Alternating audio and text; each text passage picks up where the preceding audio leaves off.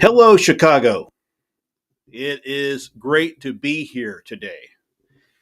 Folks, Chicago is a city with heart, soul, and a whole lot of fight. That's my kind of town, let me tell you. Standing here at McCormick Place, looking at all of the teachers, principals, students, parents, and folks like Dr. Maria Torres and Principal James Carter, who I've been working day and night to make our schools better. I'm fired up. You're the ones getting up every morning to shape the future of this country. And I'm grateful for every single one of you. God love you guys. God love you. And having been married to an educator, I know what it's like. I know what the sacrifices are that you're going through.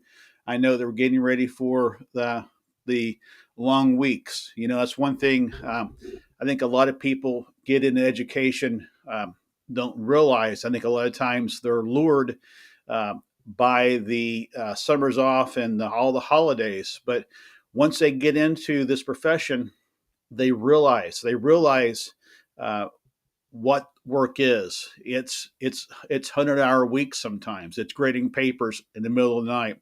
It's calling parents at night.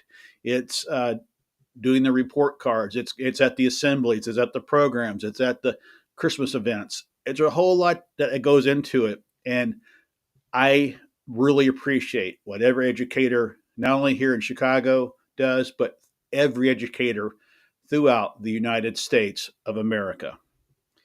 Now, here's the deal: education is the heartbeat of America. It's not just about reading, writing, or math. Though, don't get me wrong, these are important. It's about giving every kid a shot at the American dream.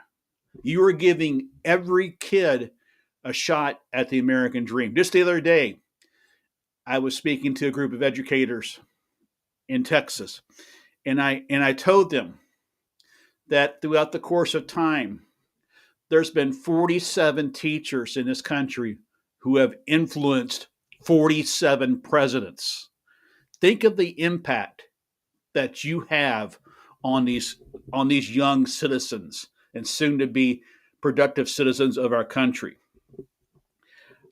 You know, I think a lot about my parents and what they did. They were middle income parents living in Dallas, Texas, and one thing they taught me is about hard work.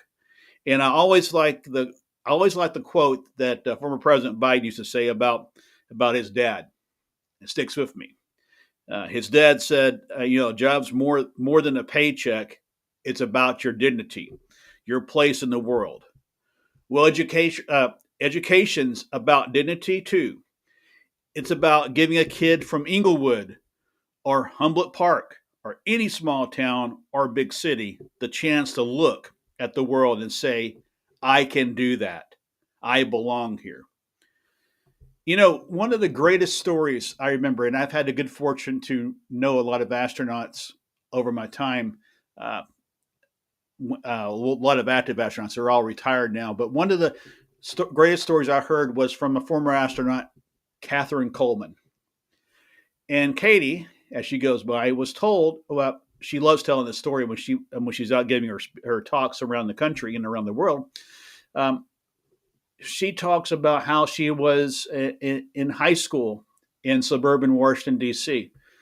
Actually, no, well, actually, she was in high school in suburban Washington D.C. When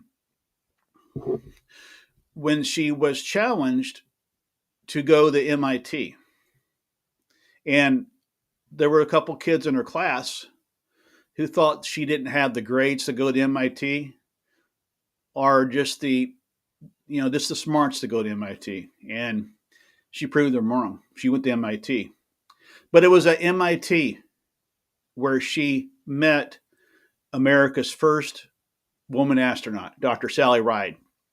And when she listened to Sally that day, Dr. Ride, she said to herself, I can do that job. I can do that job. And Katie went ahead and she graduated from MIT in polymer chemistry. Now, I know a lot about science, love science, but when she talks about polymer chemistry, she loses me at it. It's a little bit advanced there, folks.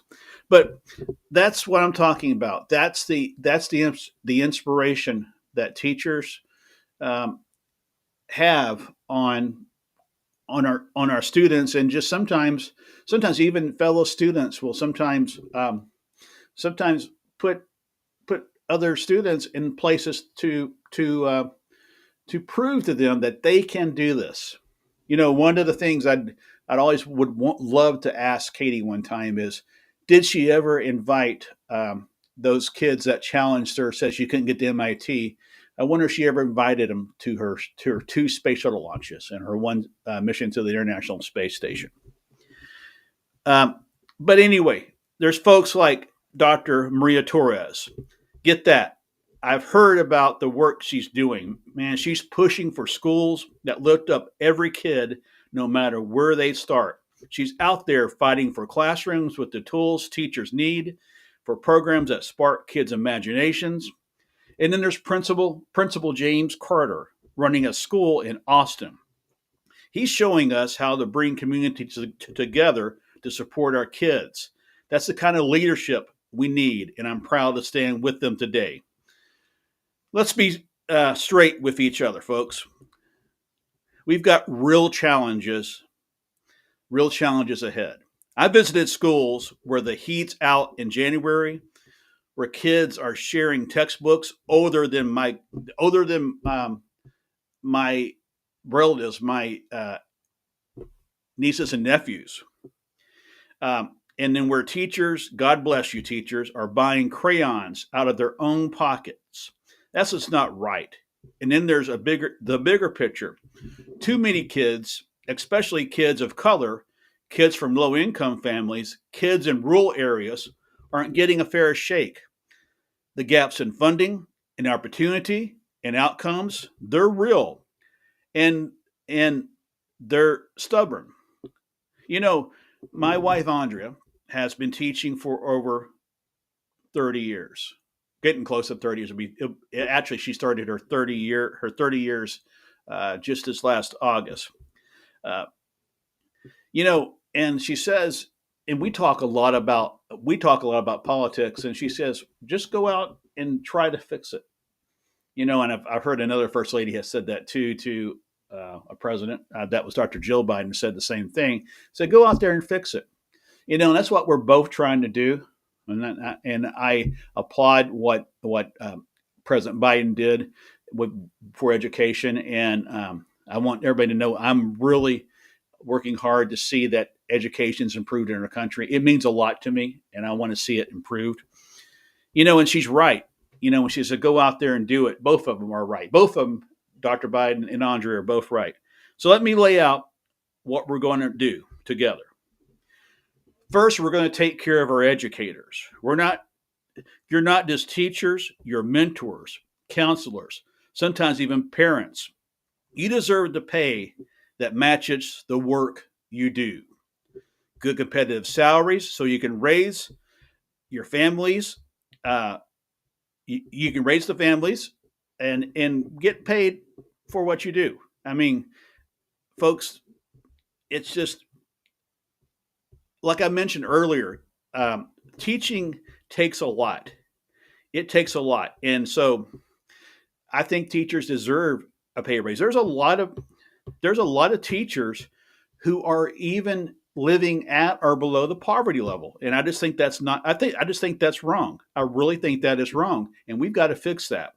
One of the things I want to do is to get teacher pay up to a more livable wage. We can do this. We can do this.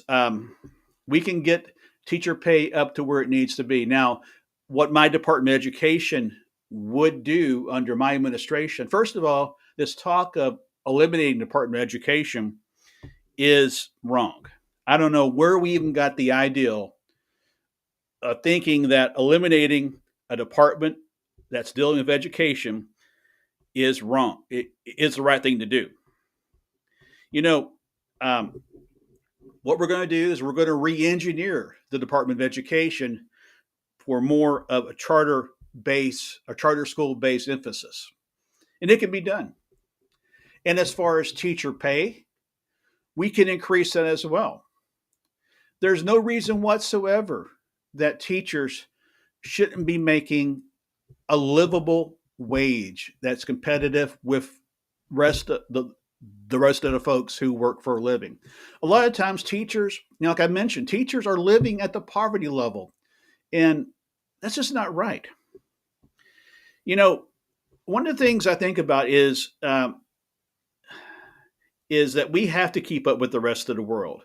You know, we have to keep up with a world that is changing fast, whether it's teaching AI, robotics, or climate science. Dr. Torres has been working on programs to train teachers for these new challenges, and we're going to take her ideals nationwide. We're also going to make sure every school has enough counselors and support staff so teachers aren't stretched thin. And believe me, they are stretched thin. Second, we're closing the opportunity gap that starts with universal pre-K. Every 3 and 4-year-old in America deserves a strong shot and a strong start. Period. It means high-speed internet in every classroom so a kid in rural Illinois isn't left behind. It means more funding for schools in places like Chicago's West Side. I visited a school there last year, a tough neighborhood, but the kids were learning, coding, building robots, dreaming big. We need more of that, and we're going to invest in pathways to good jobs, college, trade schools, apprenticeships, so every kid has a shot at a career, not just a job. Third, we're betting big on the future. Our kids need to know how to think critically, solve problems, work together. That's why we're pushing STEM education, teaching coding, sustainability, and skills for the 21st century. Principal Carter told me about a program in his school where kids are building apps to solve community problems. Kids are building apps to solve the community problems. Right there in and right there in Pilsen. That's the kind of thing that makes you proud to be an American.